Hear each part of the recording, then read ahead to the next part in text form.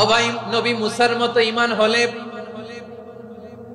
রাস্তা হবে সাগর জলে, নবী ইউসুফের মতো ঈমান হলে একে একে দরজা খোলে, নবী ইব্রাহিমের মতো ঈমান যদি আজও থাকে বিদ্যমান, অগ্নিকুণ্ডে দেখতে পাবে খুবসুরতে ফুল ভাগা।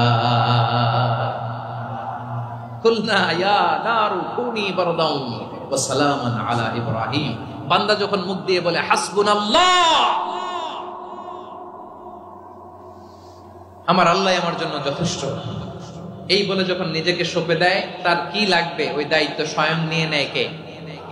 সবাই বলেন স্বয়ং নিয়ে নেয় কে? তাহলে আমার প্রিয় ভাইরা, বিপদের শুরুতেই আমরা বলবো ইন্না লিল্লাহ। শুরুতে কি বলবো?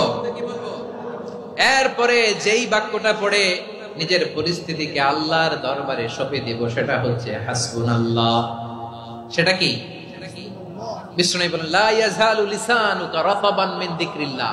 সব সময় আল্লাহর স্মরণ দিয়ে, জিকির দিয়ে জিহ্বাটারে সিক্ত রাখো। আর শয়তানু জাসিমুন আলা কলবি ইবনে আদম। শয়তান বনি আদমের কলবে খামচি মেরে বসে থাকে। ফাইদা যাকারাল্লাহ খানাসা। মানুষ যখন আল্লাহর স্মরণ করে জিকির করে, শয়তান দৌড়ে পালায়। ওয়া ইদা গাফালা ওয়াসওয়াসা।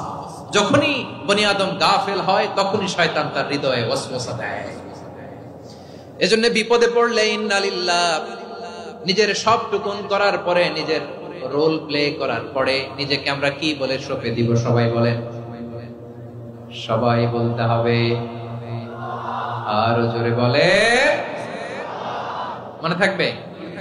বিপদে পড়লে প্রথমে ইন্না লিল্লাহ, এরপরে নিজেকে যখন সঁপে দিব তখন হাসবুনাল্লাহ। এরপরে কঠিন বিপদ যদি যখন বিশ্বনবী পড়তেন, তখন কি করতেন? এমন বিপদ মাঝে মাঝে হয় না, দেয়ালে পিঠ থেকে যায়, চোখে মুখে অন্ধকার, কি করব দিশা খুঁজে পাই না, এরকম হয় কখনো? হ্যাঁ, আপনাদের হয়? হয় না? তো জান্নাতে আছেন আপনারা। হয় হয় এরকম হয়েছে না যে দেয়ালে পিঠ থেকে গেছে, চোখে মুখে অন্ধকার, কই যাব, কি করব, বাঁচানোর কেউ না, এরকম হয়েছে কখনো আপনাদের? যদি হয় তাইলে এটার সলিউশন বলবো, না হইলে তো এগুলো বলে লাভ নাই। হয় হয় হয় বিশ্বনবী এরকম কঠিন বিপদে পড়েছেন জীবনের কিছু কিছু মুহূর্তে। ওই মুহূর্তে বিশ্বনবী স্পেশাল দুইটা দোয়া পড়তেন। এই দোয়াগুলো আপনাদেরকে জানিয়ে দেয়। বিশ্বনবী বলেন, কঠিনতম বিপদে যখন পড়বা, দেয়ালে পিঠ থেকে যায়, চোখে মুখে অন্ধকার, বাঁচার কোনো উপায় নাই, তখন পড়বা লা ইলাহা ইল্লা আনতা সুবহানাকা ইন্নী কুনতু মিনাজ জালিমিন। আল্লাহ, তুমি ছাড়া কোনো ইলাহ নাই, তুমি পবিত্র, নিশ্চয় আমি জালিমদের অন্তর্ভুক্ত। সুবহানাল্লাহ বলেন। এই দোয়া সাইয়েদনা ইউনূস আলাইহিস সালাম পড়েছিলেন যখন মাছের পেটে ছিলেন। কিসের পেটে? এবং অনেক মুফাসসিরিন একরাম বলেছেন, অনেক আহলুল ইলমরা বলেছেন, এটা হচ্ছে ইসমে আজম। ইসমে আজম এমন দোয়া যেটা দিয়ে দোয়া করলে আল্লাহ দোয়া কবুল করে, কিন্তু এটা কোনটা, এটা নিয়ে ইখতিলাফ আছে। কোন আহলুল ইলম বলেন লা ইলাহা ইল্লা আনতা সুবহানাকা ইন্নী কুনতু মিনাজ জালিমিন, এটা হচ্ছে ইসমে আজম। সাইয়েদনা ইউনূস আলাইহিস সালাম পড়েছেন। আপনারা পড়েননি? তুফান হইলে পড়েন না? আমাদের এলাকায় তো এটা খুব, এটার উপর ব্যাপক আমল আছে। পড়েন পড়েন পড়েন পড়েন। একটা গল্প শুনেছিলাম, পাক হানাদার বাহিনী যখন বাংলাদেশে অ্যাটাক করতো, ৭১ সালের ঘটনা বলতেছি, আমরা তো দেখি নাই, শুনছি আর কি। ৭১ যদি দেখতাম, এতদিনে রাজাকার হয়ে যেতাম। আল্লাহ আমাদেরকে বাঁচাই দিছে, আল্লাহর মেহেরবানি। ঠিক কিনা বলেন? মন মতো হইলে মুক্তিযোদ্ধা, মন মতো না হইলে রাজাকার। কত কিছু দেখলাম এই শাহবাগের বুকে।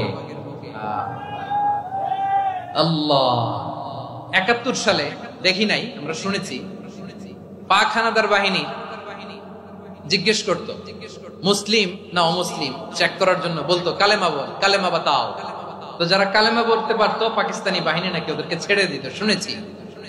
তো একজনকে, এক বাঙালিরে পেয়ে তার মাথার মধ্যে বন্দুকের নল ধরে বলতেছে কালেমা বল, সালে কালেমা বাতা, কালেমা বল। তো ভয়ের চোটে এই দোয়া পড়া শুরু করছে। ও পড়তেছে লা ইলাহা ইল্লা আনতা সুবহানাকা ইন্নী কুনতু মিনাজ জালিমিন। পাকিস্তানি বলে সালে ইয়ে তো মুসিবত কা কালেমা है, বাঙালি কয় হাম তো ভি মুসিবত মে হ্যায়।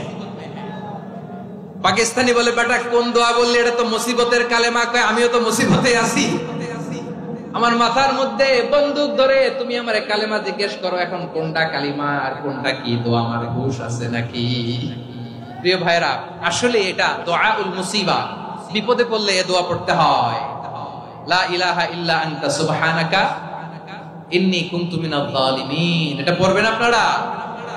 এই দোয়া পড়ে সাইয়েদনা ইউনূস আলাইহিস সালাম মাছের পেট থেকে রক্ষা পেয়েছিলেন। রক্ষা করেছিল কে?